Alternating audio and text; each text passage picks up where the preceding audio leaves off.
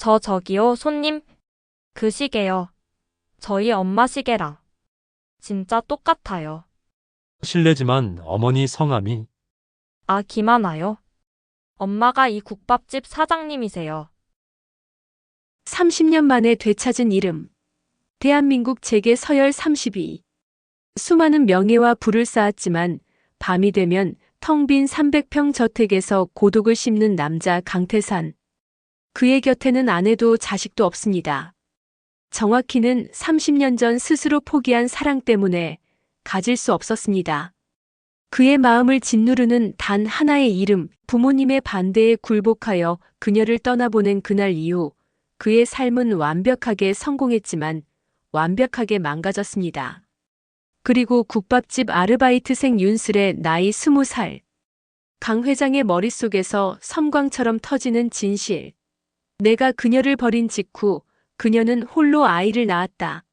재벌가 회장님의 딸이 될 수 있었던 아이가 국밥집 좁은 방에서 엄마의 국물 냄새를 맡으며 자랐다. 운명은 기어코 30년 전 그들이 꿈을 꾸던 곳, 낡은 미락국밥으로 인도합니다. 그리고 그곳에서 30년 동안 찾아 헤맸던 그녀의 가장 밝고 찬란한 흔적과 마주합니다. 30년 전 퍼레버 영을 약속했던 두 개의 롤렉스 시계.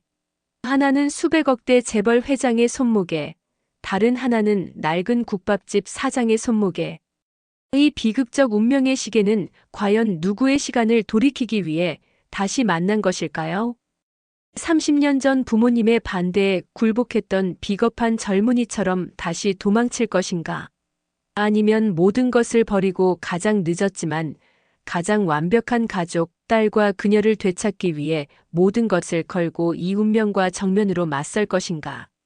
지금부터 그 모든 이야기를 여러분께 들려드리겠습니다. 이야기를 계속 들으시려면 구독 버튼과 아래 손가락 모양의 좋아요 버튼 눌러주세요. 이제 그 숨겨진 이야기가 시작됩니다. 서울 강남 화려한 고층 빌딩 숲 사이로 아침 햇살이 비치고 있습니다. 테헤란로의 유리 건물들이 햇빛을 반사하며 찬란하게 빛나고 있습니다. 출근길 사람들의 발걸음이 분주합니다. 검은색 세단들이 도로를 가득 메우고 커피잔을 든 직장인들이 빌딩 사이를 오갑니다. 시간은 모든 것을 바꾼다고 하지만 어떤 것들은 시간이 지나도 변하지 않습니다. 사랑, 후회, 그리움, 그리고 기억. 이 모든 것들은 시간 속에 묻혀 있다가 어느 순간 불현듯 되살아납니다. 50층 높이의 태산그룹 본사 빌딩. 최상층 회장실 창문으로 아침 햇살이 쏟아져 들어옵니다.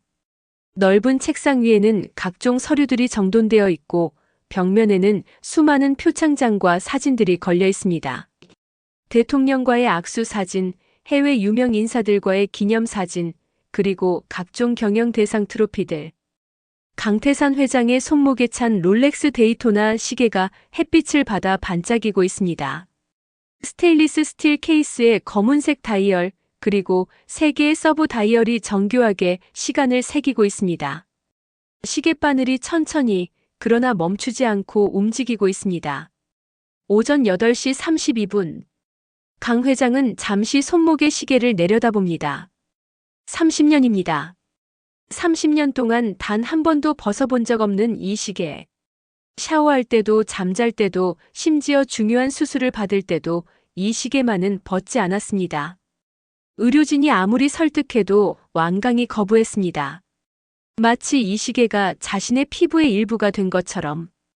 비서실장 박영수가 노크도 없이 회장실에 들어옵니다. 50대 중반의 박 실장은 15년째 강 회장의 오른팔로 일해온 충직한 참모입니다. 그는 두툼한 서류 뭉치를 들고 있습니다. 회장님, 오늘 일정 브리핑 드리겠습니다. 들어오게, 박 실장. 강 회장은 창밖을 바라보다가 천천히 돌아앉습니다. 단정한 네이비 수트에 은색 넥타이. 흰머리가 조금 섞인 머리는 깔끔하게 뒤로 넘겨져 있습니다. 52세의 나이지만 여전히 카리스마 넘치는 외모입니다. 하지만 그의 눈가에는 지워지지 않는 피로와 쓸쓸함이 서려 있습니다. 오전 10시 계열사 사장단 회의입니다. 3분기 실적 보고와 4분기 전략 수립이 주요 안건입니다. 알겠네. 오후 1시 산업통상자원부 장관과 오찬 미팅이 있습니다. 신재생 에너지 사업 관련 논의입니다. 장소는 신라호텔 한식당으로 예약되어 있습니다. 좋아. 오후 3시 투자심의위원회가 있습니다. 베트남 공장 증설건과 미국 스타트업 인수건을 최종 결정하셔야 합니다. 강 회장은 고개를 끄덕입니다. 박 실장이 서류를 넘기며 계속 설명합니다. 오후 5시 언론사 사주들과 간담회가 예정되어 있습니다. 그리고 저녁 7시에는 저녁은 비워두게. 예. 하지만 회장님, 전국경제인연합회 만찬이 취소하게. 오늘은 일찍 들어가고 싶어. 박 실장은 놀란 표정을 감추지 못합니다. 강 회장이 업무를 취소하는 경우는 극히 드뭅니다. 아니, 지난 10년간 단 한 번도 없었습니다. 그는 일벌레로 유명했습니다. 주말도 명절도 없이 회사에 나와 일했습니다. 알겠습니다, 회장님. 적당한 이유를 말씀드리고 일정을 조정하겠습니다. 박 실장이 나가고 강 회장은 다시 혼자가 됩니다.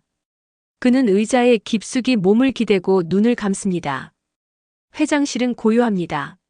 너무나 고요합니다. 벽시계의 초침 소리만이 공간을 채우고 있습니다. 강 회장은 자신의 삶을 돌아봅니다. 52세. 대기업 회장. 재산 2조 원. 국내 30대 재벌 중 1명. 500개가 넘는 계열사를 거느리고 있고 직원만 3만 명이 넘습니다. 그가 내리는 결정 하나하나가 수천 명의 삶에 영향을 미칩니다. 언론은 그를 경영의 귀재, 차세대 재벌 리더라고 칭송합니다. 하지만 집에 돌아가면 텅 빈 저택만이 그를 기다립니다. 강남의 고급 주택가에 위치한 300평짜리 저택. 6개의 침실, 화려한 거실, 와인셀러, 홈시어터. 모든 것이 완벽하게 갖춰져 있습니다. 하지만 그곳을 채우는 것은 그의 발소리뿐입니다. 강 회장은 결혼한 적이 없습니다. 정확히는 결혼할 수 없었습니다. 30년 전 그가 유일하게 사랑했던 여자가 사라진 이후로 부모님은 수없이 맞선을 주선했습니다. 재벌가 딸들, 명문가 교수들, 심지어 해외 유학파 엘리트들까지. 하지만 강 회장은 모두 거절했습니다. 왜 결혼을 안 하는 거냐? 아버지가 화를 내며 물었습니다. 제 마음에 드는 사람이 없습니다. 내 마음? 재벌가에서 마음이 무슨 소용이냐? 집안이 중요하고 사업적 연합이 중요하다. 하지만 강 회장은 끝까지 고집을 꺾지 않았습니다. 결국 부모님은 포기했고 5년 전 두 분 모두 세상을 떠났습니다. 강 회장은 그들의 임종을 지켰지만 진심으로 슬퍼할 수 없었습니다. 30년 전 그들이 자신과 김하나를 갈라놓은 그날의 기억이 여전히 생생했기 때문입니다. 오전 10시. 50층 대회의실입니다. 거대한 타원형 테이블을 중심으로 30명의 임원들이 앉아 있습니다. 각 계열사의 사장들과 부사장들, 그리고 본사의 주요 임원들입니다. 강 회장이 회의실에 들어서자 모두가 일제히 일어섭니다. 앉으세요. 강 회장의 목소리는 차갑습니다. 감정이 실리지 않은 기계적인 목소리입니다. 그는 상석에 앉고 프레젠테이션이 시작됩니다. 3분기 연결 기준 매출은 5조 3천억 원으로 전년 동기 대비 12% 증가했습니다. 재무 담당 임원이 발표를 시작합니다. 화면에는 각종 그래프와 숫자들이 나타납니다. 매출, 영업이익, 당기순이익, 부채 비율, ROE. 수많은 재무 지표들이 쏟아집니다. 강 회장은 무표정하게 듣고 있습니다. 가끔 날카로운 질문을 던집니다. 유통 부문의 수익성이 떨어진 이유는? 그것은 정확한 원인 분석 없이 대책을 세울 수 있습니까? 다시 검토해서 보고하세요. 예, 회장님. 회의는 2시간 동안 계속됩니다. 강 회장은 한치의 오차도 용납하지 않습니다. 모든 숫자를 정확히 파악하고 있고 어떤 변명도 받아들이지 않습니다. 임원들은 긴장한 표정으로 그의 눈치를 살핍니다. 회의가 끝나고 임원들이 나갑니다. 한 임원이 다른 임원에게 작은 목소리로 말합니다. 회장님, 요즘 더 차가워지신 것 같아. 원래 저러시잖아. 일에 있어서만큼은 냉혹하신 분이야. 그래도 뭔가 외로워 보이지 않아? 쉿, 조용히 해. 들리면 어쩌려고. 오후 1시. 신라호텔 한식당 VIP룸입니다. 고급스러운 한정식 상차림이 준비되어 있습니다. 산업통상자원부 장관과 강 회장이 마주 앉아 있습니다. 강 회장님, 정부에서 신재생 에너지 분야에 대한 지원을 확대하려고 합니다. 태산그룹의 적극적인 참여를 기대하고 있습니다. 감사합니다, 장관님. 저희도 ESG 경영에 힘쓰고 있습니다. 탄소 중립을 위한 투자를 확대할 계획입니다. 정치적인 대화가 오갑니다. 강 회장은 능숙하게 대화를 이어갑니다. 30년간 갈고 닦은 협상 기술입니다. 하지만 그의 마음은 다른 곳에 있습니다. 식사가 끝나갈 무렵 장관이 개인적인 질문을 던집니다. 그런데 회장님, 아직도 독신이시죠? 주변에서 걱정이 많던데. 강 회장은 잠시 침묵합니다. 그리고 담담하게 대답합니다. 제 일이 제 배우자입니다. 그렇게 말씀하시면 안 되죠. 사람은 누구나 짝이 있어야. 장관님, 디저트 드시겠습니까? 강 회장은 대화를 돌립니다. 장관은 더 이상 묻지 않습니다. 강 회장의 표정에서 그 이상의 대화를 원치 않는다는 것을 읽었기 때문입니다. 오후 5시. 모든 일정이 끝났습니다. 박 실장이 회장실에 들어옵니다. 회장님, 오늘 일정 모두 마치셨습니다. 차량 준비할까요? 아니, 박 실장. 오늘은 내가 직접 운전해서 갈 거네. 예. 회장님께서 직접 운전을 하신다고요? 박 실장은 다시 한번 놀랍니다. 강 회장이 직접 운전하는 경우는 극히 드뭅니다. 항상 전속 기사가 운전하는 벤츠 S클래스를 타고 다녔습니다. 그래. 오늘은 혼자 있고 싶네. 차 키 좀 가져다 주게. 알겠습니다, 회장님. 박 실장이 나가고 강 회장은 혼자 책상 앞에 앉습니다. 그는 서랍을 열고 오래된 사진 한 장을 꺼냅니다. 30년 전 사진입니다. 젊은 남녀가 캠퍼스에서 활짝 웃고 있습니다. 남자는 22살의 강태산, 여자는 21살의 김하나입니다. 두 사람은 손을 맞잡고 있습니다. 강태산의 손목에는 롤렉스 데이토나가, 김하나의 손목에도 똑같은 시계가 빛나고 있습니다.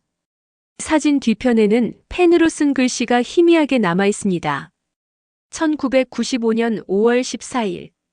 퍼레버 영. 태산 하트 하나. 강 회장은 사진을 오랫동안 바라봅니다. 그의 눈가에 희미한 물기가 맺힙니다.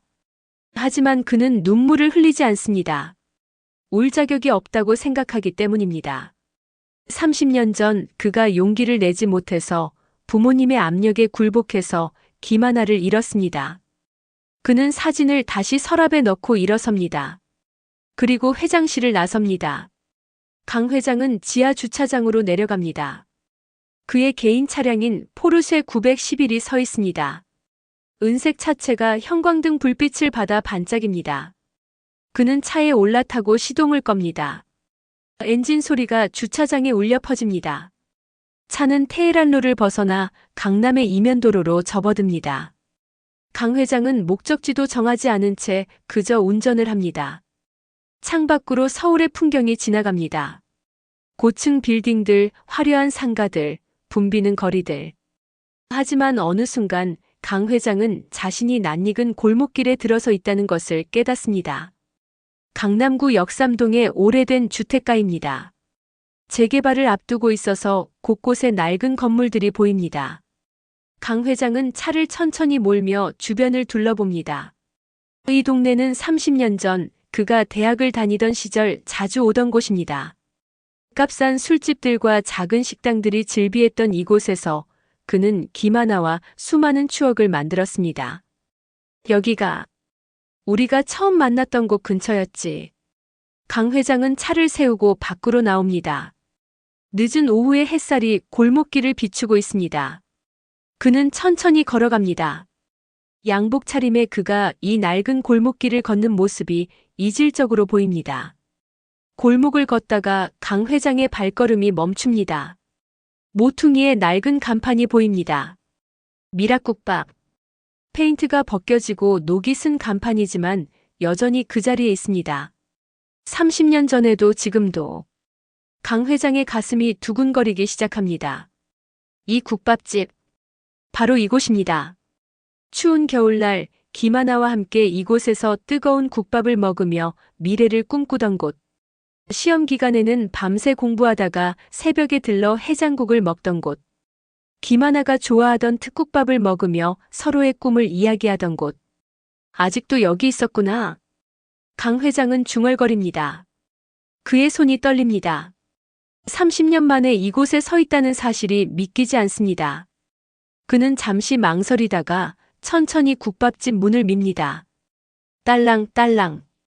문을 열 때마다 울리는 작은 종소리. 30년 전에도 들었던 그 소리입니다. 강 회장은 국밥집 안으로 들어섭니다. 국밥집 내부는 예전 그대로입니다. 아니, 정확히는 예전보다 더 낡았지만 기본적인 구조는 변하지 않았습니다. 6개의 테이블, 낡았지만 깨끗하게 닦인 바닥, 벽에 걸린 오래된 시계, 구석에 낡은 텔레비전. 강 회장의 눈이 벽시계에 고정됩니다. 플라스틱 틀에 갇힌 시계, 숫자판이 조금 바래고 초침이 삐걱거리지만 여전히 작동하고 있습니다. 어서 오세요. 밝은 목소리가 들립니다. 강 회장은 목소리가 들린 쪽을 봅니다. 주방 입구에서 앞치마를 두른 젊은 여성이 환하게 웃으며 손을 흔들고 있습니다. 20살 정도로 보이는 젊은 여성입니다. 깔끔하게 묶은 머리, 맑은 눈동자, 햇살 같은 미소. 강 회장은 순간 숨이 멎는 것 같습니다. 하나를 닮았어. 그녀의 눈매, 미소 짓는 모습, 밝은 성격. 모든 것이 젊은 시절의 김하나를 닮았습니다. 강 회장은 멍하니 서 있습니다. 손님 앉으세요. 어디 편한 데 앉으시면 돼요. 윤슬이 다가옵니다. 강 회장은 황급히 정신을 차리고 구석 자리로 향합니다. 30년 전 김하나와 함께 앉았던 바로 그 자리입니다. 창가 구석, 두 사람이 마주 앉아 국밥을 나눠 먹던 테이블. 강 회장이 앉자 윤슬이 메뉴판을 가져다 줍니다. 처음 오셨어요? 저희 국밥 진짜 맛있거든요. 특히 특국밥이 시그니처 메뉴예요. 특국밥. 강 회장은 작은 소리로 중얼거립니다. 30년 전 김하나가 가장 좋아하던 메뉴입니다. 네. 특국밥 드실 거예요? 네. 특국밥 하나 주세요. 네. 금방 갖다 드릴게요. 음료는요? 물만 주세요. 알겠습니다. 윤슬이 주문을 받고 주방으로 향합니다. 강 회장은 그녀의 뒷모습을 바라봅니다. 경쾌한 발걸음, 밝은 에너지. 모든 것이 젊은 시절의 김하나를 떠올리게 합니다. 잠시 후 윤슬이 물 한 잔을 가져다 줍니다. 그리고 테이블을 닦으려고 몸을 숙입니다. 그 순간 윤슬의 시선이 강 회장의 손목에 머뭅니다. 강 회장의 손목에 찬 롤렉스 데이토나, 스테인리스 스틸 케이스, 검은 다이얼, 3개의 서브 다이얼. 햇빛을 받아 은은하게 빛나고 있습니다. 윤슬의 눈이 커집니다. 그녀는 순간적으로 얼어붙은 듯 움직임을 멈춥니다. 테이블을 닦던 손이 공중에 멈춰 있습니다. 그녀의 입이 천천히 벌어집니다. 저기요, 손님. 윤슬의 목소리가 약간 떨립니다. 강 회장이 그녀를 올려다봅니다. 네. 그 시계요. 윤슬이 강 회장의 손목을 가리킵니다. 그녀의 손가락도 미세하게 떨리고 있습니다. 시계가 어떻습니까? 강 회장이 자신의 손목 시계를 내려다봅니다. 30년간 단 한 번도 벗어본 적 없는 이 시계. 그는 무슨 일인지 궁금한 표정으로 윤슬을 바라봅니다. 저희 엄마 시계랑 똑같아요. 윤슬의 목소리가 흥분으로 높아집니다. 그녀는 믿을 수 없다는 표정으로 강 회장의 시계를 뚫어져라 바라봅니다. 어머니, 시계요? 강 회장의 심장이 빠르게 뛰기 시작합니다. 그의 얼굴에서 혈색이 사라집니다. 입술이 바짝 마릅니다. 네, 진짜 똑같아요. 저도 처음엔 시계가 다 비슷비슷하게 생긴 줄 알았는데 엄마 시계는 특별하거든요. 롤렉스 데이토나라고. 엄마가 그렇게 말씀하셨어요. 강 회장은 침을 삼킵니다. 목구멍이 바짝 타들어가는 것 같습니다. 그의 머릿속이 복잡해집니다. 30년 전 그는 롤렉스 데이토나를 2개 샀습니다. 하나는 자신이, 하나는 김하나에게 선물했습니다. 커플 시계였습니다. 포레버 영이라는 문구를 뒷면에 새겨 넣었습니다. 엄마가 그 시계를 엄청 아끼세요. 한 번도 안 벗으시고 항상 차고 계시거든요. 제가 어렸을 때부터 지금까지 샤워할 때도 주무실 때도 절대 안 벗으세요. 윤슬이 신기한 듯 계속 말을 이어갑니다. 강 회장은 그녀의 말을 듣고 있지만 머릿속은 혼란스럽습니다. 실례지만 어머니 성함이? 강 회장의 목소리가 떨립니다. 그는 자신의 목소리가 떨리는 것을 느낍니다. 손도 떨립니다. 테이블 위에 놓인 그의 손이 미세하게 흔들리고 있습니다. 아, 김하나요. 저희 엄마 이름이요. 엄마가 이 국밥집 사장님이세요. 윤슬은 밝게 대답합니다. 하지만 강 회장의 표정이 심상치 않다는 것을 알아챕니다. 손님 괜찮으세요? 안색이 안 좋으신데. 아니, 괜찮습니다. 강 회장은 억지로 미소를 지으려 하지만 실패합니다. 그의 입가가 굳어 있습니다. 김하나. 30년 만에 듣는 그 이름입니다. 그녀가 이곳에 있었습니다. 30년 동안 그가 미친 듯이 찾아 헤맸던 그 여자가 바로 이곳에 있었습니다. 윤슬은 강 회장의 반응이 이상하다고 느끼지만 손님이니 더 이상 묻지 않습니다. 대신 밝게 말을 이어갑니다. 엄마 시계도 뒷면에 뭔가 새겨져 있대요. 제가 어렸을 때 물어봤더니 영어로 뭐라고 써 있다고 하시더라고요. 근데 절대 안 보여주세요. 엄마의 비밀이래요. 강 회장의 심장이 멎을 것 같습니다. 포레버 영. 그 문구. 2시계의 뒷면에 새겨진 그 문구. 그는 자신의 손목시계를 천천히 풀어 뒷면을 바라봅니다. 포레버 영 1995.05 14 30년 전 명동의 작은 시계 공방에서 직접 의뢰해서 새긴 문구입니다.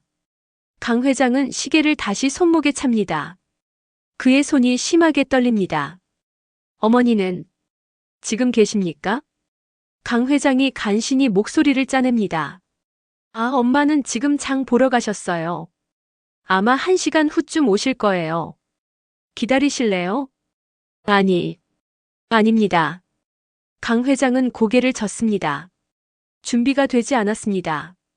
30년 만에 김하나를 만난다는 것. 무슨 말을 해야 할까요? 무슨 얼굴로 그녀를 마주해야 할까요? 그럼 특국밥 금방 갖다 드릴게요. 윤슬이 주방으로 들어갑니다. 강 회장은 혼자 자리에 앉아 주변을 둘러봅니다. 이 국밥집 30년 전 그대로입니다. 저 구석 테이블에서 김하나가 뜨거운 국밥을 호호 불며 먹던 모습이 눈에 선합니다.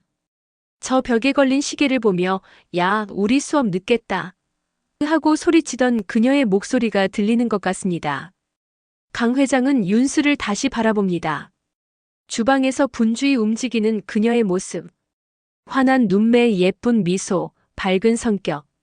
모두 젊은 시절 김하나를 닮았습니다. 윤슬. 이 아이의 나이가 20살이라면 강 회장의 머릿속에서 계산이 빠르게 돌아갑니다.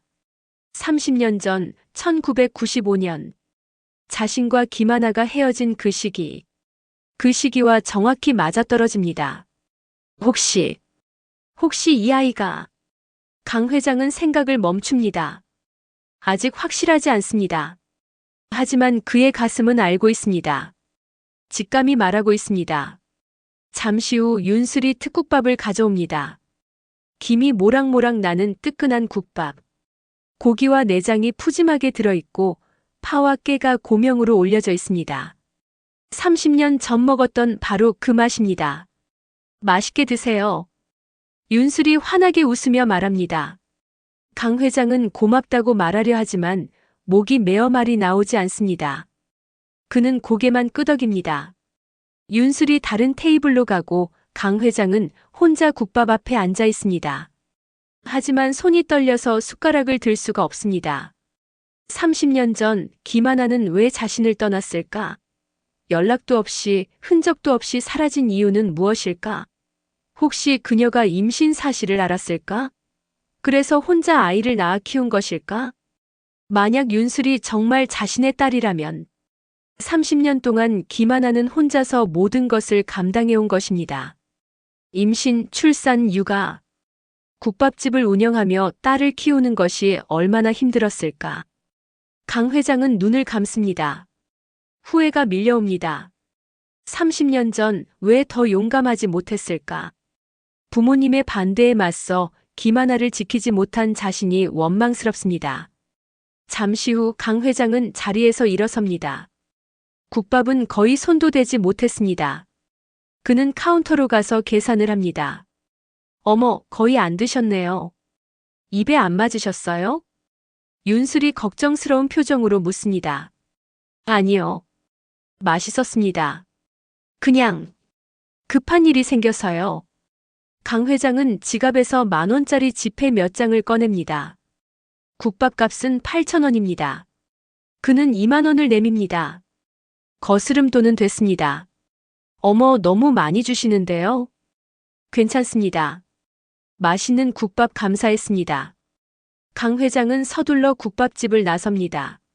딸랑딸랑. 문을 열 때마다 울리는 종소리. 그는 뒤를 돌아보지 않고 골목길로 사라집니다. 윤슬은 창밖으로 사라지는 강 회장의 뒷모습을 바라봅니다. 이상한 손님이었습니다. 시계를 보고 그렇게 놀라더니 국밥도 거의 먹지 않고 가버렸습니다. 그녀는 테이블로 가서 국밥 그릇을 치웁니다. 그리고 문득 생각합니다. 엄마의 시계와 똑같은 시계를 찬 손님. 왠지 모르게 슬퍼 보이던 그 사람. 이상한 분이었네. 그런데 왠지 엄마한테 말씀드려야 할 것 같은데. 윤슬은 고개를 가웃거리며 다시 일을 시작합니다. 강 회장은 골목길을 빠르게 걷습니다. 심장이 터질 것 같습니다. 30년 만에 김하나의 흔적을 찾았습니다. 그것도 그가 대학 시절 자주 오던 바로 그 국밥집에서. 그는 차에 올라타 시동을 겁니다. 하지만 출발하지 않습니다. 그저 핸들을 붙잡고 앉아 있을 뿐입니다. 그의 손목에서 롤렉스 데이토나가 빛납니다. 퍼레버 영. 영원히 젊게. 30년 전 약속했던 그 말. 지키지 못한 약속. 강 회장은 깊은 한숨을 쉽니다. 그리고 천천히 차를 출발시킵니다. 그의 마음은 알고 있습니다. 윤슬이 자신의 딸이라는 것을. 김하나가 30년 동안 혼자서 모든 것을 감당해왔다는 것을. 그리고 이제 자신이 무엇을 해야 하는지도. 석양이 서울 하늘을 붉게 물들입니다. 강 회장의 차는 서울의 거리를 달려갑니다. 하지만 그의 마음은 여전히 그 국밥집에 남아 있습니다. 30년 전의 추억이 있는 그곳에. 그리고 이제 막 발견한 딸이 있는 그곳에. 시간은 모든 것을 바꾼다고 했습니다. 하지만 어떤 것들은 시간이 지나도 변하지 않습니다. 사랑, 후회, 그리움. 그리고 가족. 강 회장의 손목에서 시계가 계속 움직입니다. 똑딱똑딱. 그는 비서실장 박영수에게 전화를 겁니다. 손이 떨려서 전화기를 제대로 잡기도 힘듭니다. 박 실장, 지금 당장 확인해야 할 일이 있습니다. 네, 회장님. 무슨 일이십니까?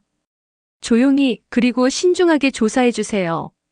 서울시 강남구 역삼동에 있는 미라국밥이라는 식당의 사장 김하나. 50세 여성입니다. 그리고 그녀의 딸 윤슬, 20세.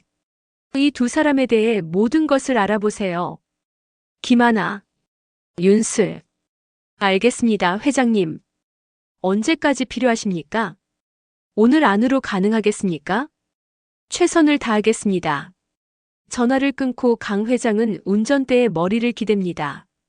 30년 만에 느껴보는 감정입니다.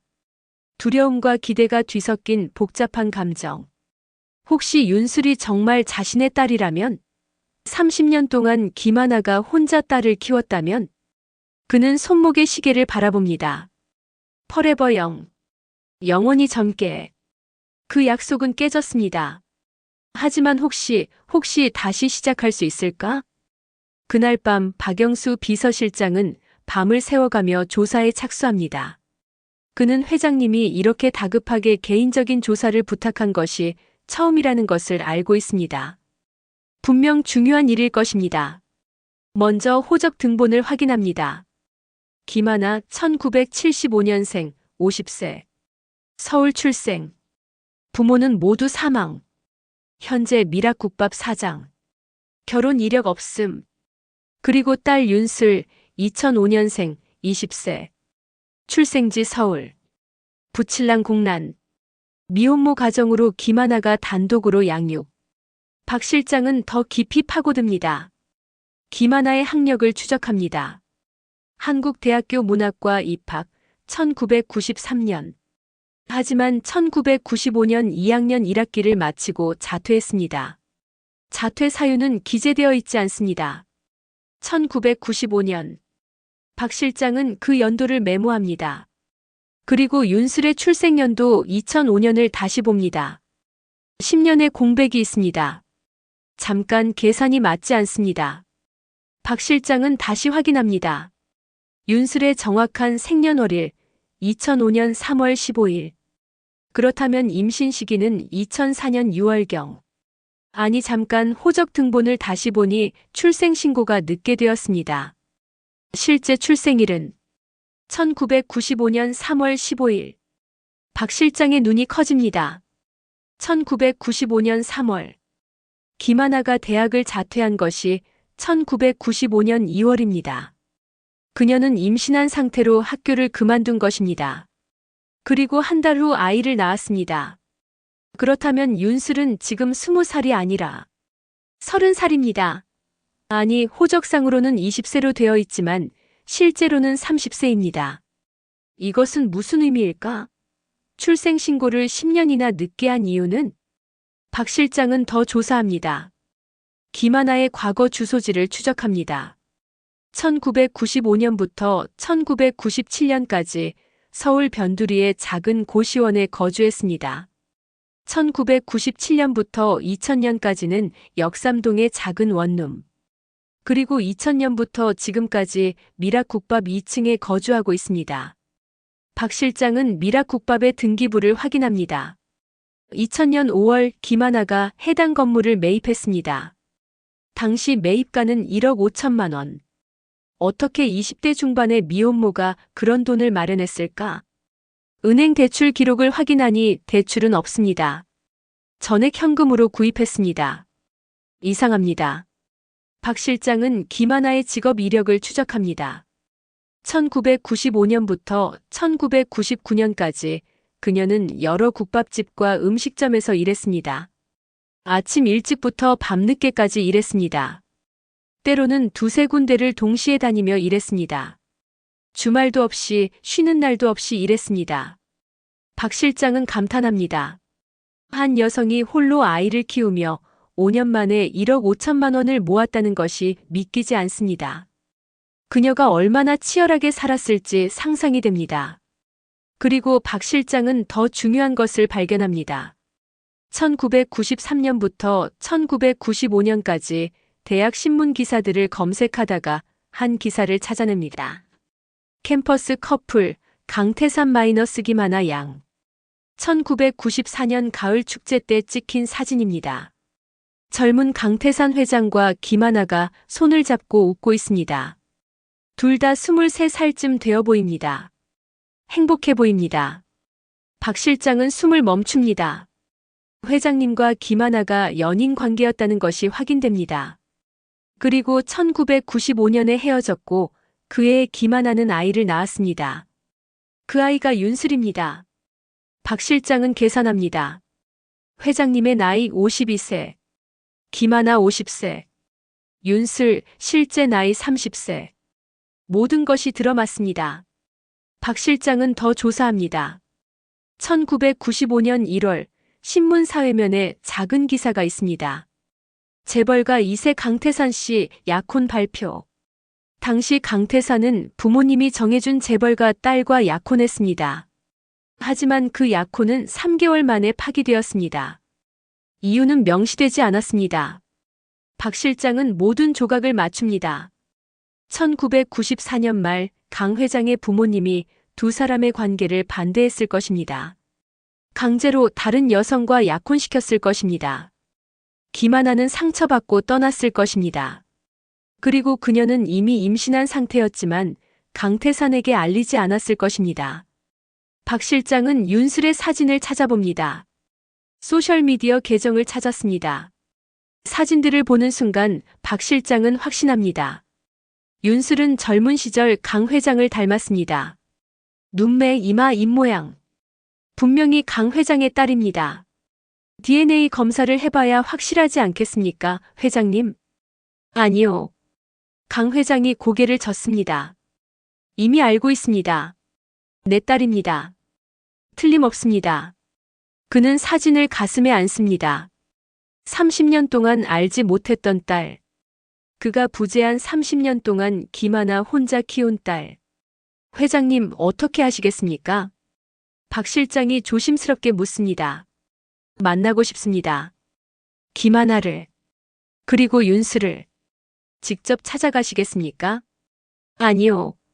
먼저 김하나의 의향을 확인해 주세요. 그녀가 나를 만날 의향이 있는지. 30년 만입니다. 갑자기 나타나면 놀랄 것입니다. 강 회장은 혼자 회장실에 남습니다. 그는 의자에 앉아 창밖을 바라보며 30년 전으로 돌아갑니다. 1993년 봄입니다. 대학교 캠퍼스는 벚꽃으로 가득합니다. 신입생 환영회가 열리고 강태산은 친구들과 함께 축제를 즐기고 있습니다. 경영학과 93학번. 그는 이미 캠퍼스의 유명 인사입니다. 재벌가의 아들이라는 것이 알려져 있기 때문입니다.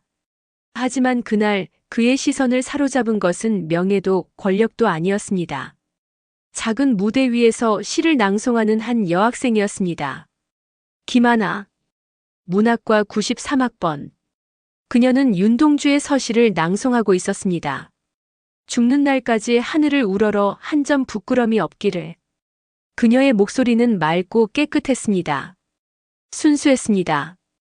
강태산은 그 자리에 멈춰 서서 그녀의 낭송을 끝까지 들었습니다. 낭송이 끝나고 박수가 터졌습니다. 김하나는 수줍게 미소 지으며 무대에서 내려왔습니다. 강태산은 용기를 내어 그녀에게 다가갔습니다. 시 낭송 정말 좋았습니다. 저는 경영학과 강태산입니다. 아, 감사합니다. 저는 문학과 김하나예요. 그렇게 두 사람은 만났습니다. 처음에는 가벼운 인사로 시작했지만 곧 깊은 대화를 나누게 되었습니다. 강태산은 김하나의 순수함에 매료되었고 김하나는 강태산의 진솔함에 끌렸습니다. 두 사람은 자주 만나기 시작했습니다. 도서관에서 함께 공부하고 카페에서 이야기를 나누고 주말에는 서울 곳곳을 걸어 다녔습니다. 강태산은 김하나와 함께 있을 때 가장 자신다웠습니다. 재벌가의 아들이 아니라 그냥 한 명의 청년으로서. 1994년 가을 대학 축제입니다.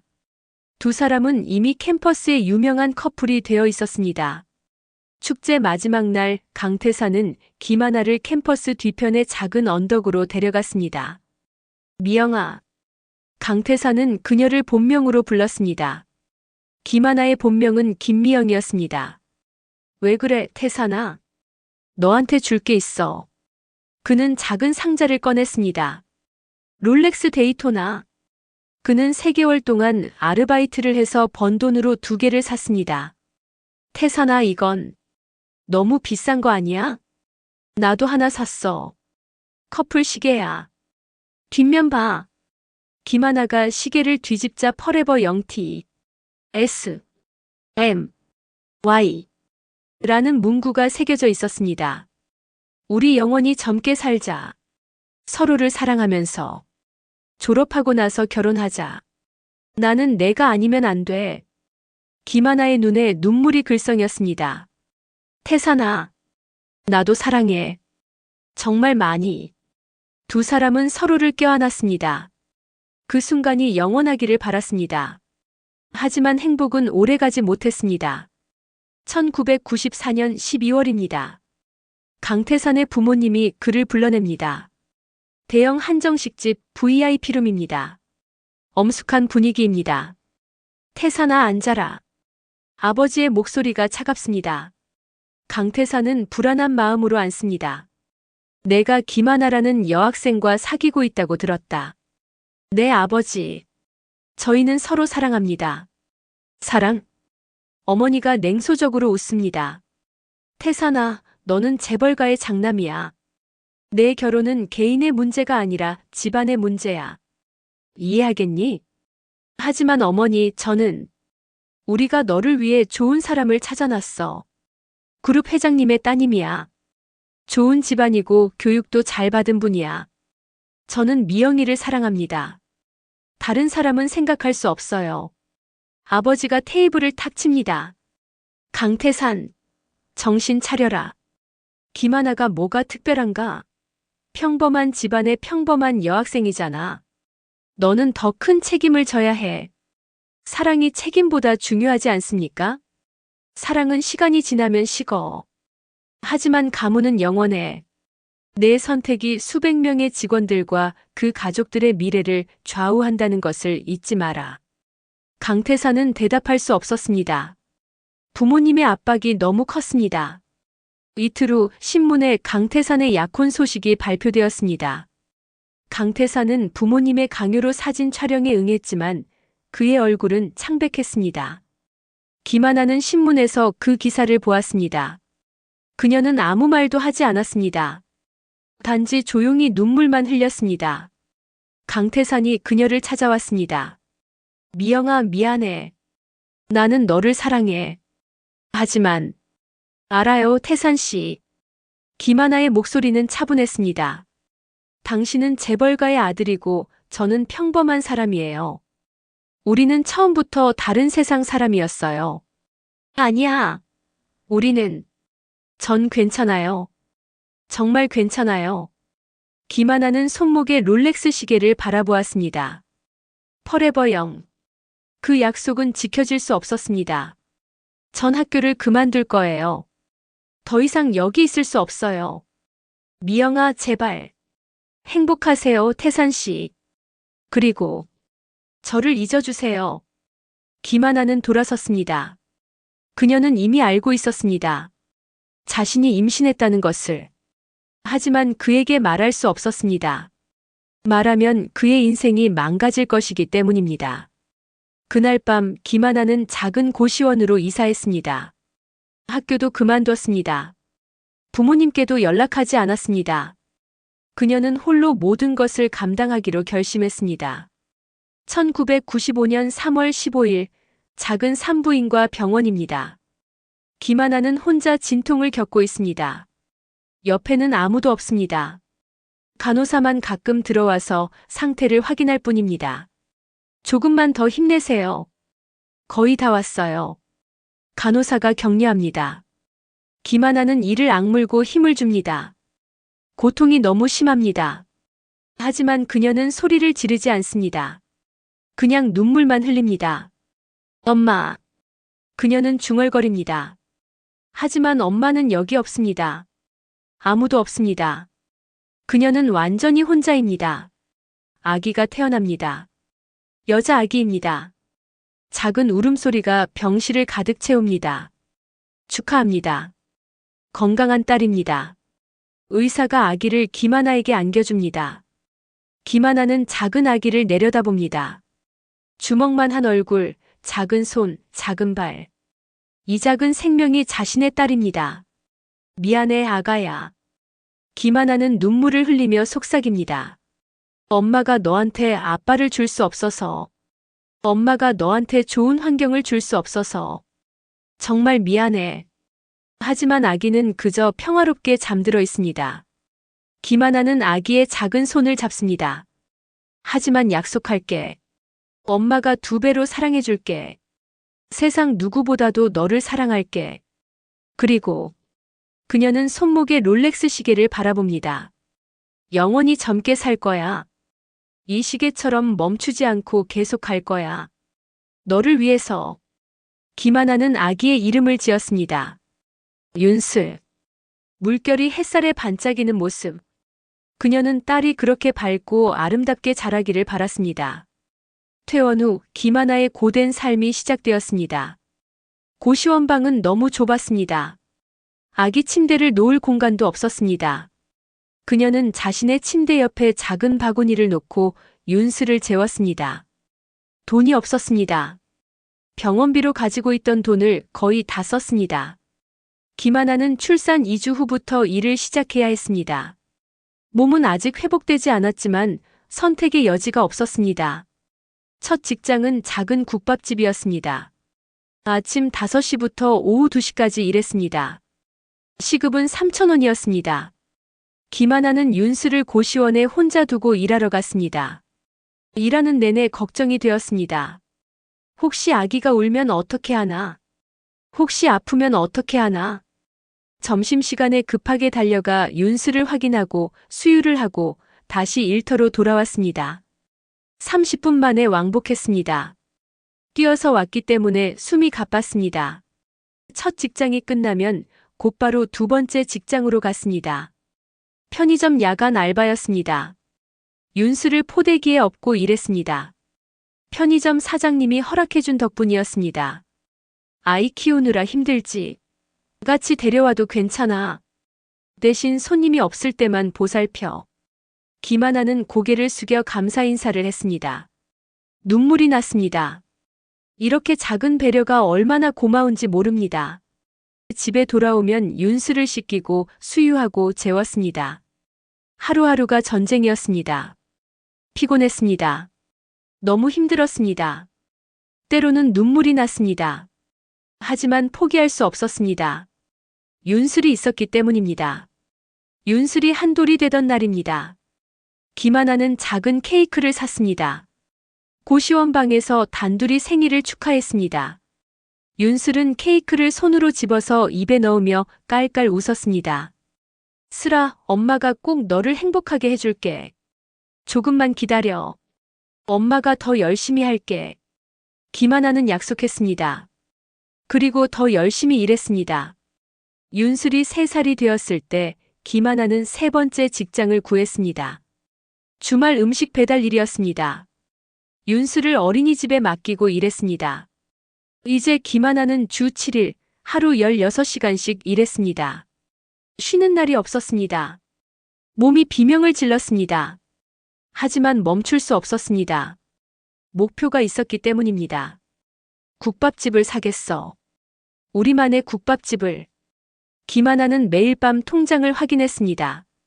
조금씩, 아주 조금씩 돈이 모였습니다. 한 달에 150만 원씩, 1년에 1,800만 원씩. 그렇게 4년을 모았습니다. 1999년 윤슬이 4살이 되던 해입니다. 김하나의 통장에는 7천만 원이 모여 있었습니다. 하지만 국밥집을 사기에는 부족했습니다. 그때 기적이 일어났습니다. 김하나가 일하던 국밥집 주인 할머니가 그녀를 불렀습니다. 하나야, 나 이제 나이가 많아서 가게 못하겠다. 너한테 팔까 하는데 어떠니? 할머니, 저는 돈이. 얼마 있니? 7천만 원 정도요. 그럼 그걸로 하자. 원래는 1억 5천인데 나머지는 천천히 갚아도 돼. 내가 얼마나 열심히 일하는지 내가 다 봤어. 너라면 잘할 수 있을 거야. 김하나는 바닥에 엎드려 절을 했습니다. 눈물이 멈추지 않았습니다. 할머니, 감사합니다. 정말 감사합니다. 2000년 5월 김하나는 미락국밥의 주인이 되었습니다. 바로 30년 전 강태산과 함께 자주 오던 그 국밥집이었습니다. 우연이었을까요? 아니면 운명이었을까요? 김하나는 국밥집 2층으로 이사했습니다. 고시원보다는 넓었습니다. 윤슬은 이제 자기만의 작은 방을 가졌습니다. 엄마, 우리 집 생겼어.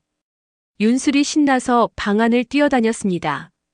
김하나는 그 모습을 보며 웃었습니다. 행복했습니다. 국밥집은 잘 되었습니다. 김하나는 정성을 다해 음식을 만들었습니다. 신선한 재료만 사용했습니다. 손님들이 하나둘 늘어났습니다. 미락국밥 사장님, 손맛이 기가 막혀요.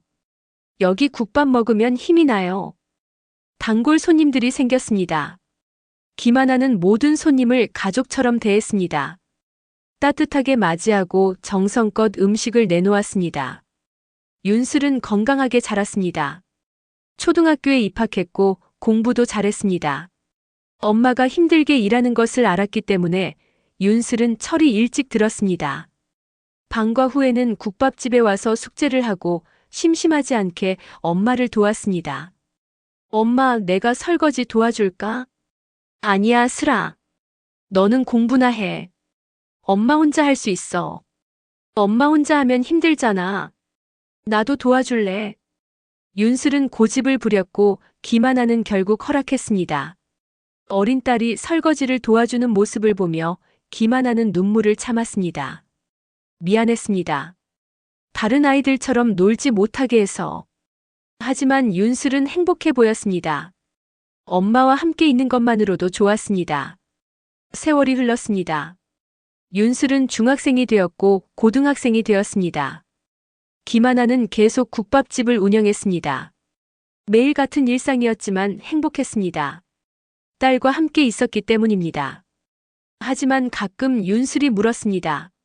엄마, 내 아빠는 어디 있어? 김하나는 대답할 수 없었습니다. 어떻게 설명해야 할까요? 아빠는 재벌이고 엄마가 혼자 결정해서 너를 낳았다고. 아빠는 너의 존재조차 모른다고. 슬아, 아빠는 사정이 있어서 우리와 함께 못 살아. 하지만 분명 우리를 사랑하고 있을 거야. 엄마는 아빠를 아직도 사랑해. 김하나는 손목의 시계를 만졌습니다. 30년이 지났지만 한 번도 벗지 않은 시계입니다. 응, 사랑해. 그럼 언젠가 다시 만날 수 있을까? 글쎄, 그건 모르겠어. 하지만 엄마는 매일 기도해. 언젠가 다시 만날 수 있기를. 윤슬은 더 이상 묻지 않았습니다. 하지만 그 대화 이후 윤슬은 엄마의 손목시계를 유심히 보았습니다. 왜 엄마는 한 번도 그 시계를 벗지 않을까? 2025년 윤슬은 20살이 되었습니다. 대학에 진학하지 않고 국밥집 일을 도왔습니다. 엄마가 나이가 들어서 힘들어하는 것을 알았기 때문입니다. 슬아, 너는 대학 가야지. 왜 안 가니? 엄마, 나는 여기가 좋아. 엄마랑 함께 있는 게 좋아. 그리고 나중에 이 국밥집을 물려받을 거잖아. 김하나는 딸을 껴안았습니다.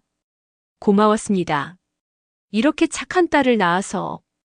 그리고 그날 운명처럼 강태산 회장이 국밥집에 나타났습니다. 플래시백에서 깨어난 강 회장은 결심합니다. 김하나를 만나야 합니다. 30년 만에 다시 만나야 합니다. 용서를 구해야 합니다. 박 실장, 김하나 씨를 만나보세요. 제 대신 먼저 의향을 타진해 주세요. 알겠습니다, 회장님. 다음 날 오후 박영수 비서실장은 미락국밥을 찾습니다. 점심시간이 지나서 손님이 많지 않습니다. 윤슬이 테이블을 닦고 있고 주방에서는 국 끓는 소리가 들립니다. 어서 오세요. 윤슬이 밝게 인사합니다. 박 실장은 정장 차림으로 어색하게 서 있습니다. 사장님을 뵙고 싶은데요. 엄마요? 잠깐만요. 윤슬이 주방으로 들어갑니다. 엄마, 손님이 사장님 찾으세요. 김하나가 앞치마를 두르고 나옵니다. 50세의 나이지만 여전히 단정하고 아름답습니다. 손목에는 롤렉스 시계가 빛나고 있습니다. 박 실장은 그 시계를 보는 순간 확신합니다. 회장님이 말씀하신 그 시계입니다. 김하나 사장님이십니까? 네, 그런데요. 누구신지? 김하나가 조심스럽게 묻습니다. 이렇게 정장 차림의 사람이 국밥집을 찾는 것이 낯설습니다. 저는 태산그룹 비서실장 박영수입니다. 박 실장이 명함을 건넵니다. 김하나의 손이 떨립니다. 태산그룹. 강태산의 회사입니다. 여기서는 이야기하기 어려울 것 같은데 잠시 밖에서 말씀 나눌 수 있을까요? 김하나는 고개를 끄덕입니다. 윤슬에게 잠깐 나갔다 온다고 말하고 밖으로 나갑니다. 국밥집 앞 벤치에 앉습니다. 박 실장이 조심스럽게 말을 꺼냅니다. 사장님, 강태산 회장님을 아시는지요? 김하나는 잠시 침묵합니다. 그리고 천천히 고개를 끄덕입니다. 네. 오래전에 알았습니다. 회장님께서 며칠 전 이곳에 오셨습니다. 그리고 따님 윤슬 씨를 만났습니다. 김하나는 눈을 감습니다.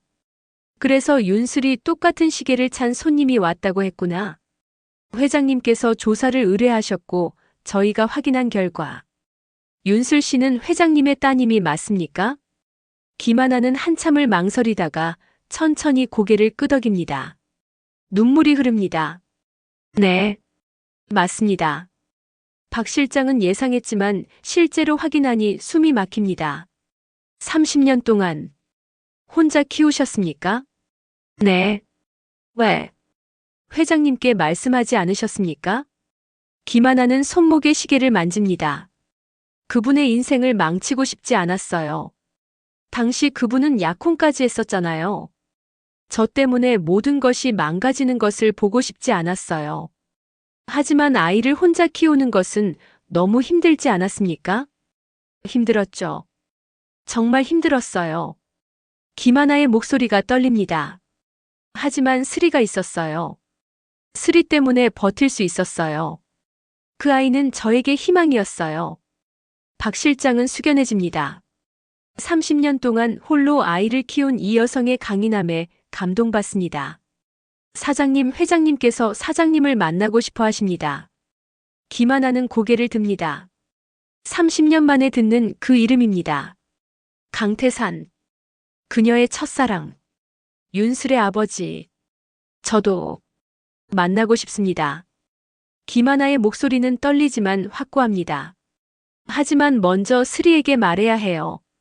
아이는 아직 아무것도 몰라요. 자기 아빠가 누군지, 왜 우리가 이렇게 살아왔는지. 물론입니다. 천천히 준비하시면 됩니다. 회장님께서도 급하게 생각하지 않으십니다. 박 실장이 명함을 하나 더 꺼냅니다. 준비되시면 이 번호로 연락 주십시오. 언제든지 괜찮습니다. 김하나는 명함을 받아듭니다. 손이 떨립니다. 30년 만에 재회. 그녀는 준비가 되어 있을까요? 그날 밤 김하나는 윤슬을 불러앉힙니다. 국밥집 문을 닫고 단둘이 2층 거실에 마주 앉습니다. 윤슬은 엄마의 심각한 표정에 긴장합니다. 슬아, 엄마가 너한테 해야 할 이야기가 있어. 무슨 일이야, 엄마? 무슨 일 있어? 김하나는 깊게 숨을 들이쉽니다. 그리고 30년 동안 숨겨왔던 모든 진실을 털어놓기 시작합니다. 대학 시절 만난 강태산. 서로 사랑했던 두 사람.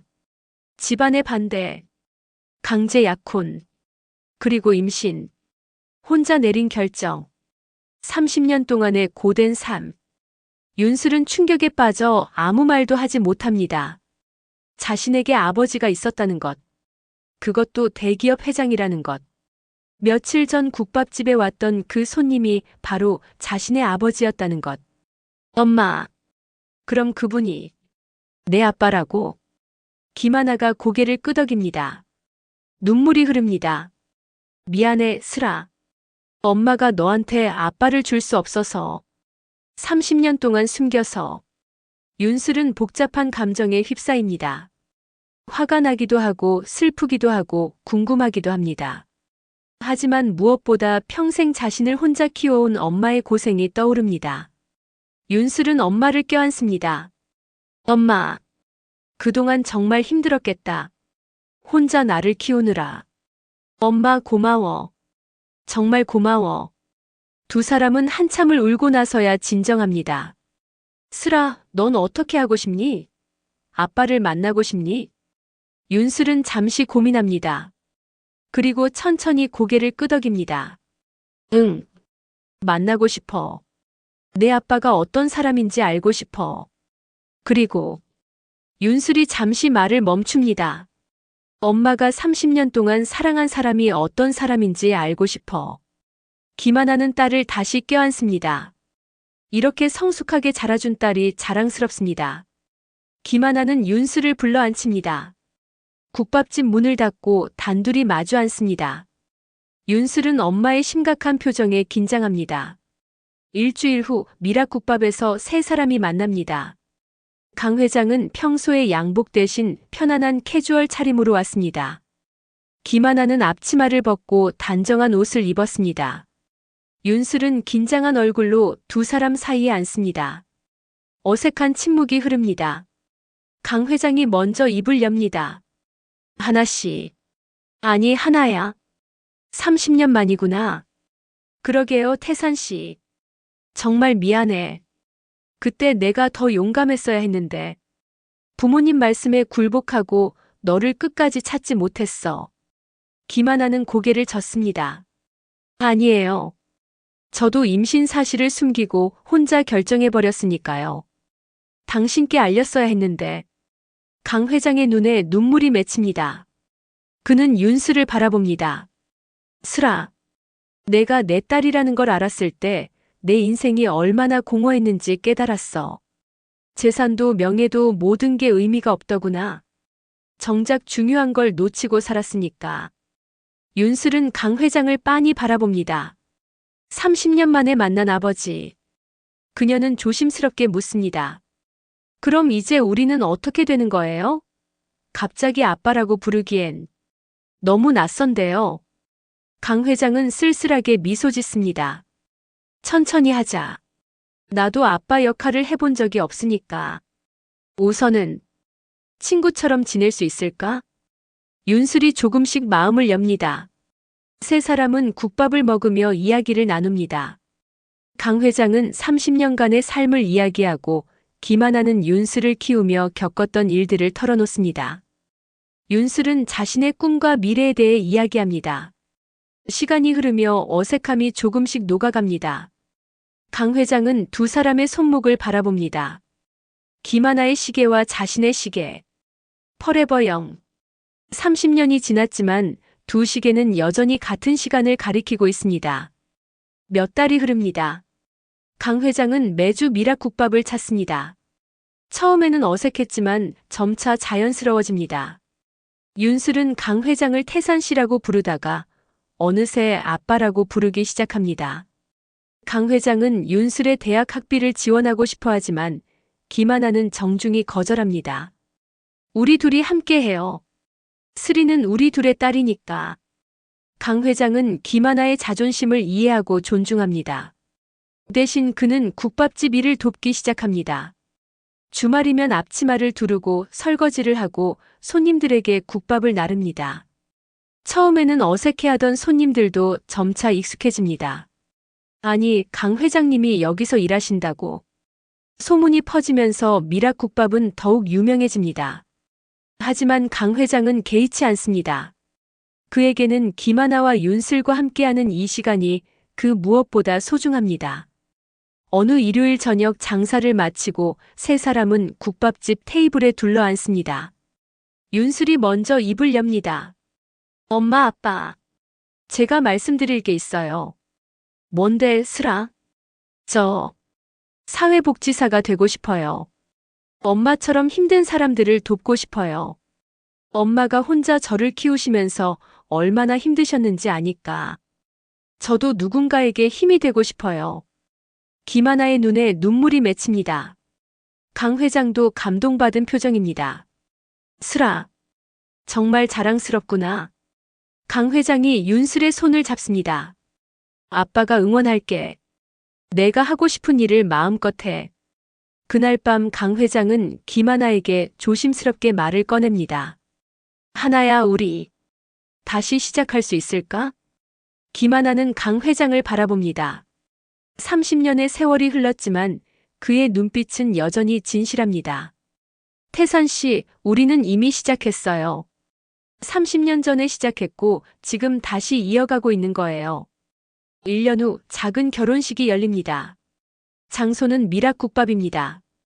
화려한 예식장 대신 두 사람이 처음 사랑을 키웠던 이곳에서 결혼식을 올립니다. 하객은 많지 않습니다. 윤슬과 몇몇 가까운 친구들, 그리고 강 회장의 회사 임원들 몇 명입니다. 강 회장의 부모님은 이미 세상을 떠났습니다. 하지만 강 회장은 그들을 용서했습니다.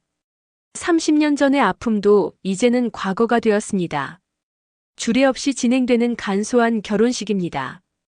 강 회장이 김하나 앞에 섭니다.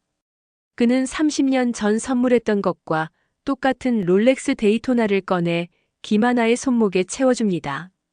하나야, 30년 전에 한 약속을 이제야 지키게 되었어. 영원히 젊게 살자. 이번에는 절대 놓지 않을게. 김하나도 자신이 간직해온 시계를 강 회장에게 보여줍니다. 저도 한 번도 벗지 않았어요. 이 시계가 저에게 힘이 되어줬어요. 당신을 잊을 수 없었고 포기할 수 없었어요. 두 사람은 서로를 껴안습니다. 윤슬이 환하게 웃으며 손뼉을 칩니다. 5년 후입니다. 미락국밥은 여전히 그 자리에 있습니다. 하지만 이제는 더 넓어지고 깨끗해졌습니다. 강 회장과 김하나가 함께 리모델링한 것입니다. 하지만 국밥집의 따뜻한 분위기는 그대로입니다. 윤슬은 사회복지사가 되었습니다. 그녀는 한부모 가정의 아이들을 돕는 재단을 만들었고 강 회장이 재정을 지원하고 있습니다. 윤슬은 자신처럼 아버지 없이 자란 아이들에게 희망을 주고 있습니다. 어느 토요일 저녁 세 사람은 다시 국밥집 테이블에 둘러앉습니다. 강 회장과 김하나의 손목에는 여전히 같은 시계가 빛나고 있습니다. Forever Young. 윤슬이 두 사람의 시계를 바라보며 말합니다. 엄마, 아빠. 그 시계들 정말 신기해요. 30년이 지났는데도 멈추지 않았어요. 강 회장이 미소 지으며 대답합니다. 시계가 멈추지 않은 게 아니라 우리의 사랑이 멈추지 않았던 거란다. 이 시계는 그냥 시간을 재는 도구가 아니야. 우리 사랑의 증표지. 김하나가 남편의 손을 잡으며 덧붙입니다. 그래, 슬아. 진정한 사랑은 시간이 지나도 변하지 않아. 오히려 시간이 지날수록 더 깊어지는 거야. 윤슬은 부모님의 손을 보며 행복한 미소를 짓습니다. 30년이라는 긴 시간 동안 떨어져 있었지만 결국 다시 만났습니다. 늦었지만 가장 완벽한 가족이 되었습니다. 국밥집 벽에 걸린 시계의 초침이 똑딱똑딱 움직입니다. 시간은 흐르지만 이곳 미락국밥에서 세 사람이 함께하는 시간만큼은 영원할 것입니다. 강 회장은 손목의 시계를 내려다봅니다. 30년 전 젊은 대학생이었던 자신이 이 시계를 사던 날이 떠오릅니다. 그때는 몰랐습니다. 이 시계가 자신의 인생에서 가장 중요한 순간들을 함께할 거라는 것을. 사랑하는 사람을 잃었다가 다시 찾는 기적을 만들어낼 거라는 것을. 김하나도 자신의 시계를 바라봅니다. 이 시계는 30년 동안 그녀의 가장 힘든 순간들을 함께했습니다. 혼자 출산하던 날, 밤새 일하며 딸을 키우던 날들, 외롭고 힘들었던 모든 순간들. 하지만 이 시계는 그녀에게 희망을 주었습니다. Forever Young. 언젠가는 다시 만날 수 있다는 희망을. 윤슬은 부모님의 행복한 모습을 바라보며 생각합니다. 자신도 언젠가 이런 사랑을 하고 싶다고. 시간이 지나도 변하지 않는 어떤 시련도 이겨낼 수 있는 그런 사랑을. 국밥집 문을 열고 손님들이 들어옵니다. 세 사람은 자리에서 일어나 손님들을 맞이합니다. 강 회장은 앞치마를 두르고 김하나는 주방으로 들어가고 윤슬은 주문을 받습니다. 평범하지만 행복한 일상입니다. 해가 지고 하늘이 붉게 물듭니다. 미락국밥의 간판이 불을 밝힙니다. 작은 국밥집이지만 이곳에는 30년을 이어온 사랑과 다시 만난 가족의 기적이 있습니다. 두 개의 롤렉스 데이토나 시계가 나란히 같은 시간을 가리키며 똑딱똑딱 움직입니다. Forever Young. 영원히 젊게. 그 약속은 마침내 이루어졌습니다. 다음에 또 의미 있고 감동적인 이야기로 찾아뵙겠습니다. 또 다른 이야기를 올리기 위해 구독 버튼과 손가락 모양 좋아요 버튼 눌러주세요.